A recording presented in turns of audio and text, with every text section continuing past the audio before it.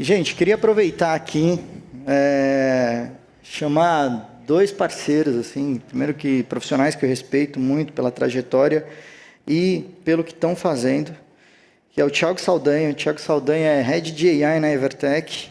Ele teve alguns anos como CTO e agora está liderando todas as áreas de engenharia, modernização, e cerca de um ano assumiu uma nova posição para liderar a estratégia de IA da empresa. Thiago? Ou Saldanha, né? Como é que a gente fala? Bem-vindo, irmão. Por favor, fica à vontade, seu microfone.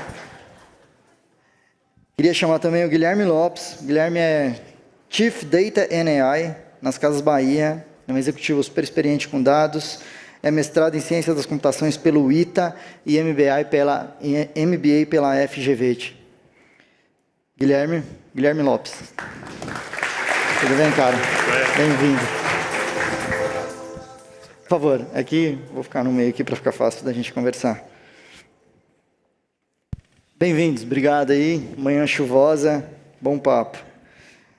Saldanha, eu tenho uma pergunta que eu queria te fazer há algum tempo, cara, apesar das nossas conversas.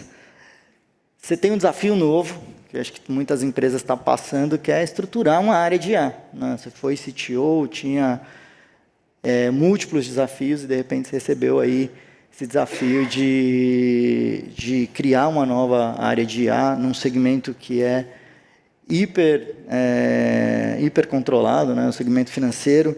Queria saber quais foram os seus primeiros desafios assim, para montar time, para entender desafios da empresa, para onde que você se guiou nesse primeiro momento, nessa estratégia, nesse desafio de criar um time de AI, uma empresa que vende aquisição, das maiores aquisições do mercado financeiro no Brasil recentemente, enfim. Conta para a gente um pouco do desafio. Obrigado pela gentileza da tua presença aqui. Imagina, obrigado pelo convite. Bom dia, gente. Prazer estar aqui com vocês hoje. Bom, para quem não conhece a Evertec, só antes fazendo uma introdução para entenderem um pouco o contexto, a Evertec é uma empresa de 30 anos. Aqui no Brasil já foi External Solution, já foi Sinqia e hoje em dia chama Evertec. A gente teve algumas mudanças. A última, recentemente, foi a venda para a empresa de Porto Rico chamada Evertec, que tem presença na América Latina e vende sistemas para o mercado financeiro. Então, a gente tem soluções de core, de crédito, consórcio, previdência. Então, todas as soluções para fazer um banco a gente fornece e a gente desenvolve em casa isso. Ao longo desses 30 anos, a gente comprou muita empresa. Então, a gente comprou 28 empresas. A última foi a Dimensa agora, né, anunciado. Ainda está em processo de aprovação no CAD, mas foi uma aquisição bem relevante para a gente, para a presença de fundos. E a gente é composto por 6 mil funcionários, é uma empresa de criar software, então grande parte é desenvolvedor de software e a gente tem muito legado. A gente tem software em Power Builder, em Delphi, em VB, enfim, um monte de software, de linguagens.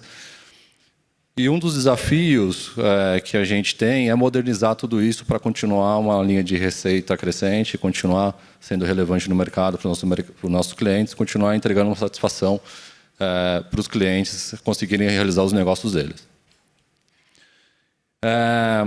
Há um ano atrás, quando a gente começou a discutir sobre o impacto da IA no nosso negócio, estava muito claro que se a gente não fizesse o investimento adequado, se a gente não transformasse a empresa, provavelmente a gente não estaria no mercado, a gente não vai estar no mercado daqui a alguns anos, por conta que a IA ela tem um poder muito forte de criar software, de transformar. Então, ou o nosso concorrente pode fazer muito mais rápido que a gente, entregar uma venda com um custo muito menor, com um preço muito menor, e a gente deixar de ser competitivo, ou a gente vai perder time to market em relação a todo o avanço do mercado, a adoção de inovação, de novas formas de receita. Então, a gente toma a decisão de, ok, vamos transformar a empresa e criar uma estratégia de IA First, como transformar a empresa realmente uma empresa que fala IA e que se desenvolve através da IA, que usa a IA para crescimento. E a gente cria essa estratégia. Eu migro da cadeira de CTO da empresa, antes com quase mil desenvolvedores embaixo, um time de quase 1000 pessoas, para assumir uma cadeira muito estratégica voltada para a transformação da empresa com o uso da IA. E a jornada é muito parecida com o que o André comentou com a gente. É uma jornada de transformação em todo o ciclo de desenvolvimento, é uma jornada de transformação em como que as pessoas lidam com a IA dentro das suas áreas corporativas, administrativas, técnicas, para extrair valor disso e entregar eficiência, e conseguir fazer mais rápido e entregar crescimento para a empresa. E a história é como é que foi o começo disso? Você montar o primeiro time de AI, as primeiras as vitórias que você resolveu perseguir nesse primeiro momento, assim, porque ficou muito amplo, né? Ficou. Tipo, cara, vai lá e monta um time de AI aqui na Evertec. E aí o desafio, né, dado todo esse contexto, era, ok, como que eu transformo uma pessoa que programa em Power Builder num especialista em programação em IA? Como que eu convenço essa pessoa que realmente isso pode impactar o trabalho dela? Como que eu convenço que a eficiência que essa pessoa vai gerar vai dar mais oportunidade para ela e não uma concorrência para ela? Porque eu acho que o grande dilema no começo das pessoas, né, é essa tecnologia nova que vai roubar o emprego, né? É a primeira coisa que vem na cabeça do desenvolvedor. Estou ferrado, vou perder o emprego, não vou usar isso, ou se não é ego. Eu faço muito melhor. Imagina, eu trabalho com isso há 30 anos porque eu vou usar uma IA, vai gerar um código errado, vou perder tempo. Então, como que a gente quebra esse paradigma? Como que a gente se beneficia da IA em prol da empresa e ajuda as pessoas no desenvolvimento pessoal, profissional delas para conseguir gerar valor para a empresa? Então, a gente cria uma estratégia de engajamento, de treinamento, capacitação das pessoas, transformação cultural, realmente. Não só técnicas, mas também a gente já olha para a parte corporativa. Então, a gente começa atrás dos parceiros. Então, o Google ajudou muito a gente no começo, na parte de treinamento, toda a parte de letramento, o que é IA, fundamentos, como fazer um prompt, enfim, coisas meio básicas. E a gente avança para a parte mais técnica. Esse é o primeiro passo. Então, nesse primeiro passo, a gente começa a engajar as pessoas e começa a ver realmente a procura dentro da nossa universidade corporativa, a gente começa a ver indicadores realmente de busca e de uso, indicadores de geração de prompt. Então, outra coisa muito importante que a gente fez desde o começo foi isso, ter os indicadores claros, né? O que a gente quer acompanhar? Quais são os números que a gente quer impactar? Bom, no começo é o número de engajamento. Então, como que a gente vai impactar esse número? No segundo momento, a gente já começou a olhar para a eficiência. Falou, pô, eu não vou pensar em crescimento se eu não sei fazer ainda. Eu não consigo gerar produto para fora ainda, eu não sei fazer. Eu imagino que eu sei, mas como que eu faço isso? Então, eu comecei a olhar para a eficiência. Eu tenho mais de 3 mil desenvolvedores que eu posso fazer muito mais. Eu consigo gerar, no mínimo, 25% de eficiência. Ou eu vou fazer mais ou eu vou cortar meu custo. Isso vai gerar um resultado para a empresa. E a partir do momento que eu aprendo e faço para dentro, eu posso vender. Eu posso gerar para fora e gerar impacto nos meus clientes. Então, essa foi a estratégia. Engajamento, eficiência e crescimento, nessa ordem. Hoje, a gente tem os mais de 1.000 desenvolvedores aqui no Brasil, utilizando IA, gerando uma média mínima de 25% de eficiência, mas com projetos, por exemplo, de Power Builder migrando para .NET em 60% de eficiência. E a gente vem investindo mais nisso e expandindo cada vez mais o uso, não só em times técnicos, mas toda a parte corporativa.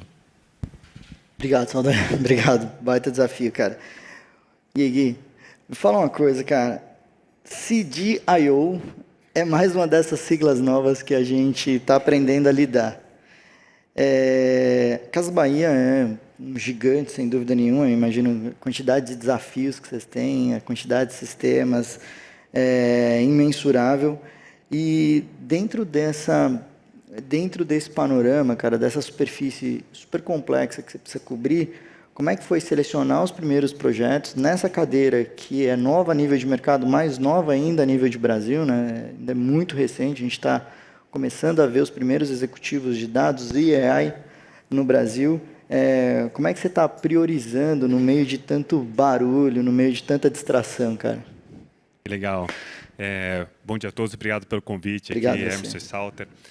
O Grupo Casas Bahia dispensa qualquer apresentação, todo mundo conhece, faz parte aqui da vida de todos nós aqui, isso é muito bacana.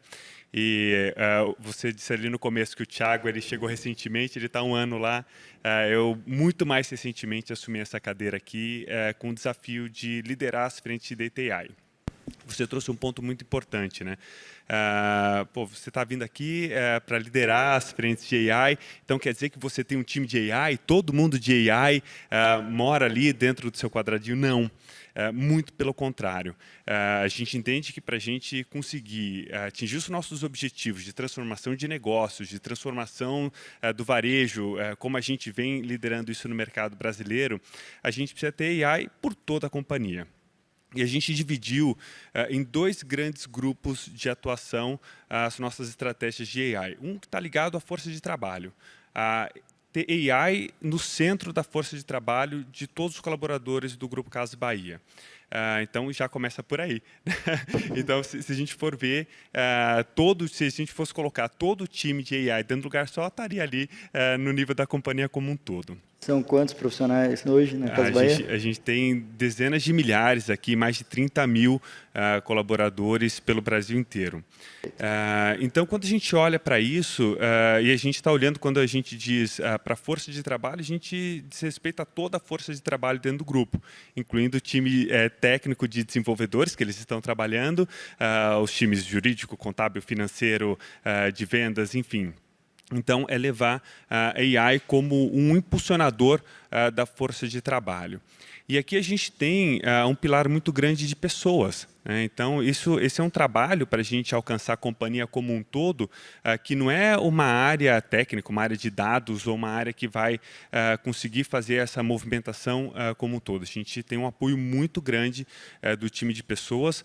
Hoje, a gente está tocando um dos maiores programas de trainee do país, com foco em trazer pessoas que vão atuar com inteligência artificial, e aqui a gente não está falando de pessoas que vão atuar dentro da área de dados, muito pelo contrário, são pessoas que vão atuar, é um programa de trainee associado a um programa de estágio, então é um grupo grande de pessoas aqui, a gente também tem dezenas de pessoas chegando aqui no grupo, que vão ajudar as áreas a se acelerarem com inteligência artificial. Então, são pessoas que vão ali dentro do jurídico, do contábil, do financeiro, de CRM, de marketing, entender como que a gente vai usar a inteligência artificial e otimizar os processos usando as ferramentas, eu estou falando aqui de ferramentas ali, os assistentes de inteligência artificial que estão ali disponíveis, podendo consultar o nosso data lake para fazer uma query. Poxa, eu estou aqui fazendo uma campanha de marketing, qual que é o produto que eu estou com mais dificuldade de vender? Em qual região? Então tudo bem, agora gera uma campanha para mim disso daqui, eu me dê opções, me traga, além de fazer consulta nos meus dados, traga estratégia associada a isso para que eu possa reverter. Então, a gente usar a IA tanto otimizando todo o trabalho de fazer query, buscar dados e tudo mais, e ajudando como um copiloto estratégico ali para a gente definir quais são as melhores estratégias de mercado. Então, enfim, fiz um resumão aqui desse primeiro grupo, né, que é relacionado à força de trabalho, e a gente tem um segundo pilar aqui das nossas estratégias de AI, que é a centralidade no cliente. Então, é como que a gente faz com que as nossas jornadas de relacionamento com o cliente, seja as jornadas de compra, as jornadas de apoio, suporte, as jornadas de reclamação, todos os touch points de relacionamento com o cliente, eles sejam otimizadas com IA.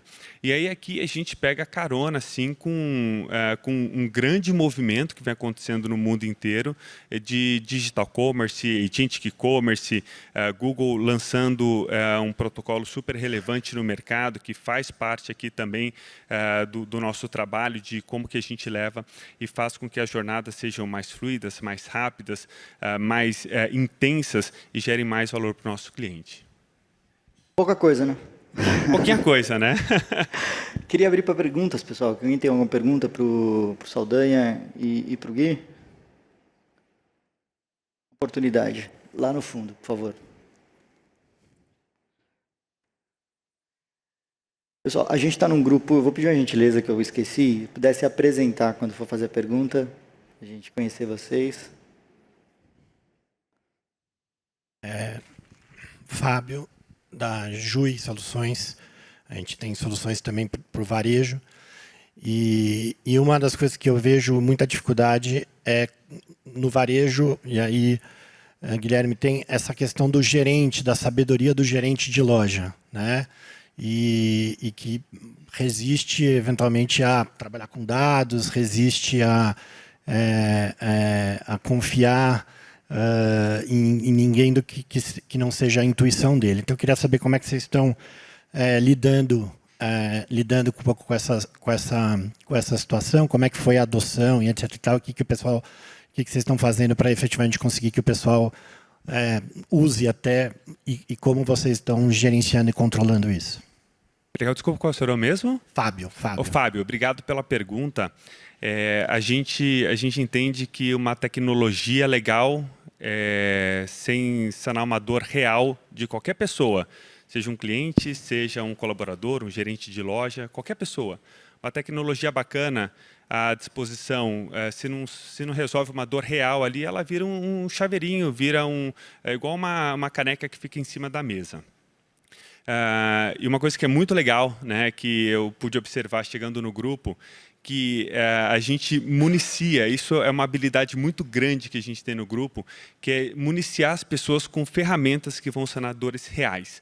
Então, hoje, um gerente de uma loja, um gerente comercial, um gerente regional, um gerente que está ali cuidando de uma determinada operação, a primeira coisa que ele faz quando ele chega, quando ele inicia o dia dele, é abrir um belíssimo cockpit, que ele está vendo ali quais são os principais indicadores da área dele. E aquilo não é porque é bonitinho, porque é um monte de reloginho, porque aquilo está mostrando para ele o que ele vai ter que atacar naquele dia. E uma visão um pouquinho mais de longo prazo, a gente está falando de gestores, o que ele vai ter que atacar ali durante a semana. A gente está falando sobre conversão, sobre pessoas, sobre as metas que ele tem e as metas do time dele. Mas só que quando a gente vai ainda um pouquinho mais para a linha de operação, que eu estou falando do vendedor, e a gente sabe hoje, né, o Grupo Casas Bahia, a gente oferta desde uma linha fantástica de móveis, de produtos eletrônicos das mais diversas marcas, one-stop shop assim, para tudo que a gente diz respeito ao varejo. A gente tem e as compras cada vez mais. E ontem foi engraçado que ontem eu fui numa loja, fui na loja que fica ali, a gente fica na Berrini e tem uma loja ali embaixo, aproveitando aqui, né? Poxa, agora eu trabalho no varejo, uma super promoção de saldo, fui lá e do meu lado estava acontecendo a venda de um notebook. E a pessoa estava perguntando, poxa, mas o que é memória RAM? Juro para vocês, aconteceu comigo ontem. E o vendedor, ele sacou ali, todos os nossos vendedores, trabalham com smartphone, eles têm acesso a uma solução de inteligência artificial que ajuda eles a trazerem informações específicas sobre os produtos. E aí ele estava lá, não, peraí, esse computador ele tem 8 GB de memória RAM, 8 GB de memória RAM é suficiente para rodar aqui a maior parte dos programas, etc. e tal. Mas olha, se você for rodar alguma coisa mais pesada e tal, a gente precisa partir para um computador com mais memória RAM. E eu vendo aquela conversa, eu falei assim, poxa, ele está ali sendo assistido sobre uma questão técnica de um produto técnico, coincidentemente faz relação com a minha área, eu consegui entender, falei, poxa, ele está dando uma excelente instrução. E isso é verdade. Aí, ô Moreira, eu devia ter falado isso daqui, né? Eu só falei aquele outro ponto ali no nosso grupo. É uma solução aqui que o time do Moreira, nosso diretor de tecnologia e canais, desenvolveu, que tem como justamente o objetivo de auxiliar no processo de compra consultiva dos nossos clientes. Então, é uma solução que ela tem um engajamento muito grande, porque ela resolve um problema. Imagina o vendedor que provavelmente não é técnico, eu estou falando aqui, já era mais de 8h30 da noite, então a gente em nenhum lugar do mundo a gente consegue ter especialistas em todas as tecnologias, em todas as linhas de produtos que a gente vende, e ele conseguindo ali fazer dar uma consultoria num processo de vendas. Então, a resposta para a sua pergunta é, a gente consegue engajar os nossos usuários, os nossos gerentes, os nossos clientes, quando a gente está resolvendo dores reais, e é a partir desse caminho que a gente segue com soluções de tecnologia, principalmente agora com soluções de IA. Bem, temos mais uma pergunta, pessoal.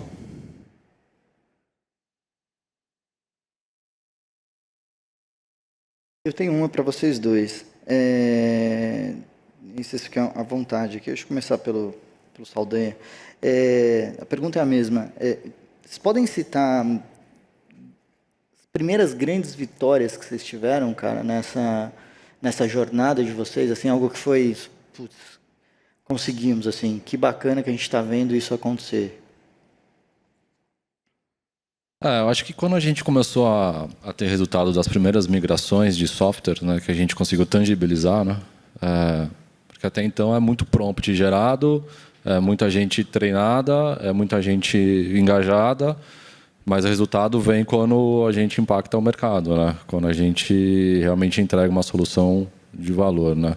Então, quando a gente conseguiu fazer o primeiro case de realmente migramos, saímos de uma ideia para uma execução e para um resultado, a gente conseguiu tangibilizar isso e foi uma realização, foi a prova, né, do investimento. Acho que foi a parte bem relevante que impulsionou mais ainda, né? E a gente conseguiu dar acelerar bastante essa iniciativa. Então, acho que essa foi o primeiro case, que foi logo um case de imigração, e aí nisso a gente começou a investir nas ferramentas para melhorar ainda mais o ciclo de desenvolvimento do dev, né? Então, criando várias ferramentas de documentação, geração de tela, de segurança, de qualidade, deploy, sempre utilizando IA, e a gente começou a extrair a eficiência de cada parte para garantir que aquilo que a gente quer chegar nas outras soluções, a gente chegasse com mais eficiência, com mais segurança, mais qualidade. Mais velocidade. E vocês, Login?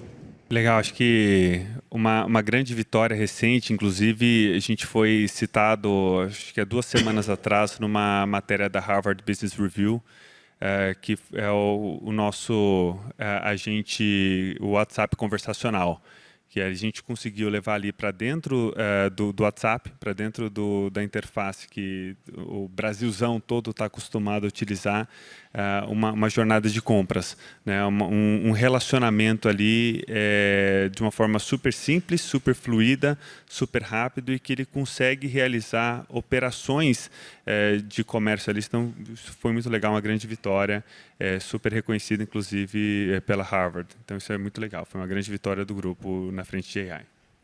Boa. Uma outra pergunta que eu teria para vocês é: a gente está começando a descobrir questões de segurança relacionadas a AI. Então, seja, como a gente estava comentando com o André, como é que a gente aceita sugestões, como é que a gente valida a qualidade de software que está tendo entrega, essas qualidades. E, mais especificamente no teu caso, Guilherme, como é que está rolando a sua parte de segurança do ponto de vista de fraude desses agentes conversacionais? Porque a gente sabe que já tem um time de fraudadores testando esses agentes para encontrar caminhos para ter informações ou para executar transações através dos agentes. Então, como que vocês desenvolveram esse shopping agent, no teu caso, já pensando nessas questões de fraude? E aí, no caso do Saldanha, como é que ele está olhando essas sugestões? Como é que vocês estão criando guarda-reios para que os teus desenvolvedores não fiquem tão expostos a algum erro ou alguma alucinação? Deixa eu começar por você, Guilherme. Que legal. Bom, todo agente de IA que ele se conecta com o mundo externo da organização, eu gosto de ter uma abordagem de segurança em 3 camadas. Uma primeira é a camada de segurança de aplicação. Aquilo é uma aplicação que está exposta para o mercado. E a gente viu muitas empresas falhando, colocando agentes para a porta de fora das suas organizações, esquecendo que aquilo é uma aplicação, aquilo é um software. Então, toda essa camada externa do agente, ela tem que ser considerada como uma aplicação, como qualquer outra aplicação, e ter toda a camada ali de anti-DDoS, WAF, tudo que a gente já está acostumado aqui em termos de aplicação. Aqui no meio, a gente precisa ter uma camada de segurança agêntica. Então, essa camada de segurança agêntica aqui, ela é uma camada que ela está muito focada em entender como aquele fluxo conversacional agêntico ele pode ser explorado. Né? Então a gente viu muito aí, né? Teve o boom, né, dos prompt injections, aí as companhias, pô, então entendi que agora preciso cuidar da segurança aqui nessa camada do meio. Que é um conjunto sofisticado de guardrails, inclusive de guardrails que... Vão ficar sendo treinados, inclusive, o tempo todo, né? E alimentados. E o que acontece assim, quando alguém acha um caminho ali, aquele caminho ele pode ser explorado de N vezes, de N formas possíveis, porque a gente está falando de uma tecnologia não determinística, né? Então ela pode interpretar da mesma forma diversos tipos de input, né? Então essa camada de segurança agente, que depois o que acontece? O agente... o agente, como também uma peça de tecnologia aqui no meio do caminho, ele não realiza nenhuma ação. A ideia aqui é que ele possa chamar uma série de serviços e que esses serviços performem ações. Então, eu tenho, de novo, uma outra camada aqui de segurança de tecnologia. O IC, uma série de outras coisas que vai dando suporte a esse agente. Exatamente, porque, no final das contas, o agente, quando ele for performar alguma coisa ou solicitar uma ação, ele está fazendo em nome de alguém, on behalf of alguém que está fazendo ali o pedido. Então, toda essa camada de autenticação ali, dali para frente, ela precisa ser respeitada. Então, essas três camadas aqui, uma camada de segurança externa, uma camada de segurança agêntica e uma camada de segurança de serviços, é o que torna um ecossistema agêntico seguro. Bacana. Diga lá, Saldanha. Acho que são dois pontos duas perspectivas. A primeira pegando o gancho que você comentou no começo sobre aqueles números de empresas que estão adotando, tem muita empresa que não adota IA por medo, por falta de conhecimento, por receio de vazamento de dados, de uso de um LLM. Enfim, tem muita empresa que não faz a adoção. Então, isso foi um dos pontos que a gente tentou também mitigar, que é como que eu adoto de uma forma que eu estou seguro, tenho a governança do meu dado, e garanto inovação aberta dentro da empresa. Garanto que todos os devs vão poder testar, usar e não fazer só o que a gente disponibilizar. Então, a gente primeiro cria uma camada, um layer de governança e segurança, garantindo que todas as LLMs, APIs e usos de IA que a empresa está utilizando são corporativas, tem regras de uso e a gente consegue controlar o que passa, o que sai de uma LLM antes de chegar no dev. Então, esse foi o primeiro ponto. E o segundo ponto é na hora de codar, né? Na hora de codificar. A gente tem um ponto no ciclo de desenvolvimento que é o DevSecOps, né? Então, tudo que se desenvolve passa para um time de segurança, ele analisa. A gente chama de uma camada SAST-DAST, né? Ele faz uma análise estática, primeira do código, e depois, quando sobe em produção, tem uma camada dinâmica que analisa o que foi deployado e faz uma análise de segurança. Aqui a gente trouxe um parceiro especializado para fazer toda essa análise. A gente trouxe um a mais para adicionar, utilizando IA também, apoiando. E a gente investiu na criação de um modelo próprio, que a gente acopla dentro da IDE do desenvolvedor, dentro da ferramenta de desenvolvimento. E esse modelo está sendo treinado por nós, como base de uma SLM, e ele verifica os códigos em tempo real. Então, dentro da IDE, a gente tem uma ferramenta de arquitetura proprietária e uma ferramenta de segurança proprietária que analisa todos os códigos que são sugeridos por uma LLM em tempo real. Por que a gente fez isso? Primeiro, a IA ela trouxe uma enxurrada de código para a empresa. A gente começou a produzir muito mais código, muito mais rápido. Então, ok, eu gero muito mais código, mas eu vou engargalar lá na frente na minha esteira. Eu vou engargalar em qualidade, eu vou engargalar em segurança e não vai me gerar a eficiência que eu preciso, que é a entrega final do produto. Então, como que eu faço para que, antes de chegar na segurança, eu já tenha uma garantia que o meu código está sendo gerado de uma forma mais adequada, para que chegar lá não chegue um backlog gigantesco para o desenvolvedor. Então, a gente aplicou esse modelo que, em tempo real, na hora da sugestão, ele já está validando e entregando soluções seguras de acordo com o nosso treinamento. Bacana. Cara, queria deixar aqui a oportunidade de vocês deixarem uma mensagem do aprendizado de vocês, dessa jornada, como é que a gente engaja a galera a estar adotando e elencar os desafios aí para começar a tirar valor de IA. Que legal. Eu acho que a gente não tinha visto antes uma tecnologia chegando de uma forma tão intensa, mudando a nossa forma de comportamento, como a gente vive, como a gente trabalha, como a gente aprende, como a gente vive a nossa vida no dia a dia. E uma mudança tão grande como essa, ela não se sustenta dentro de uma organização sem a gente fazer um enorme trabalho de cultura. Então, quando a gente está falando sobre AI, a gente está falando sobre cultura. Então, cultura, a cultura ela nasce e ela floresce dentro de grupos de pessoas, né, dentro do nosso bairro, dentro da nossa cidade, dentro do nosso país, dentro da nossa organização, dentro de qualquer grupo que a gente faça parte.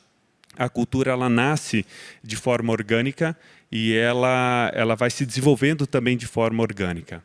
Mas a gente descobriu que existem formas conscientes da gente nutrir uma cultura positivamente para que a gente alcance resultados específicos. Então, a gente vê grandes cases no mercado de organizações que estão investindo de forma intencional, estruturada em uma cultura. Então, é assim que a gente faz no Grupo Casas Bahia. A gente vem nutrindo de forma intencional, consciente, consistente em uma cultura de adoção de AI para geração de valor. Então, acho que se eu puder dar algum recado final aqui, é esse, que todos nós possamos investir na cultura da IA, mas aquela cultura positiva, aquela cultura da IA gerando valor, aquela cultura da IA trazendo valor para o profissional que está usando a IA e gerando mais resultado, mais valor dentro de uma organização. Eu acho que assim a gente consegue contribuir com a transformação dos nossos negócios e da nossa sociedade também. Você, Saldanha. Mas podia fechar com essa frase. Vai lá, Vou cara. estragar a frase. Não, acho sensacional, muito bem. Eu acho que a gente está... Acho não, tenho certeza, né? A gente já percebeu que estamos vivendo uma transformação industrial, uma transformação na forma de entregar soluções, de criar, de inovar. O mundo vai ser diferente em 2, 3 anos. É um mundo com robôs, é um mundo com data center no espaço, é um mundo com carros autônomos, é um mundo que a gente vai aprender a viver. Eu acho que o recado tem que embarcar o quanto antes.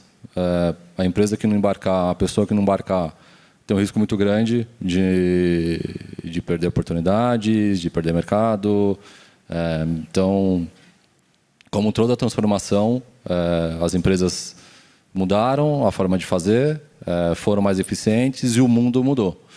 Então, eu acho que a gente está nessa jornada. 2030 promete. É isso. Muito bem. Guilherme Lopes, muito obrigado pela gentileza. Thiago Saldanha, obrigado demais, gente.